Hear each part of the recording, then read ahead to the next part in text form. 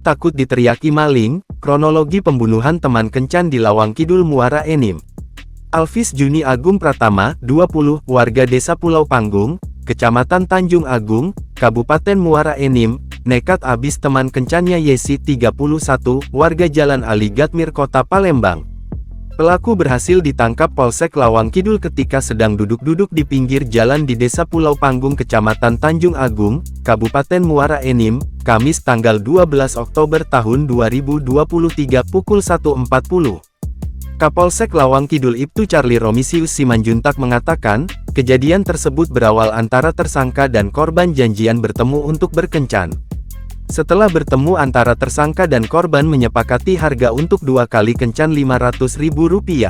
Kemudian tersangka dan korban melakukan hubungan badan sebanyak 2 kali di kontrakan yang berlokasi di Kecamatan Lawang Kidul, Kabupaten Muara Enim.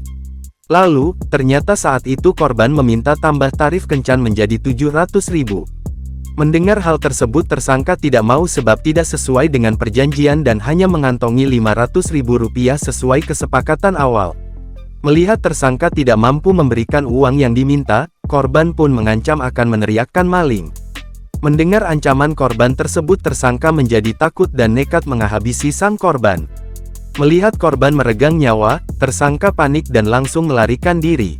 Kejadiannya Rabu malam tanggal 11 Oktober tahun 2023 sekitar pukul 23 dan dilaporkan warga ke Polsek pukul 23.30, kemudian kita langsung melakukan olah TKP dan penyelidikan, bebernya.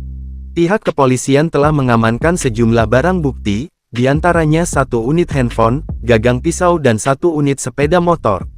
Atas perbuatannya, tersangka dikenakan pasal 338 KUHP tentang pembunuhan dengan ancaman pidana mati atau pidana penjara seumur hidup atau selama waktu tertentu paling lama 20 tahun. Download Tribun X sekarang, menghadirkan lokal menjadi Indonesia.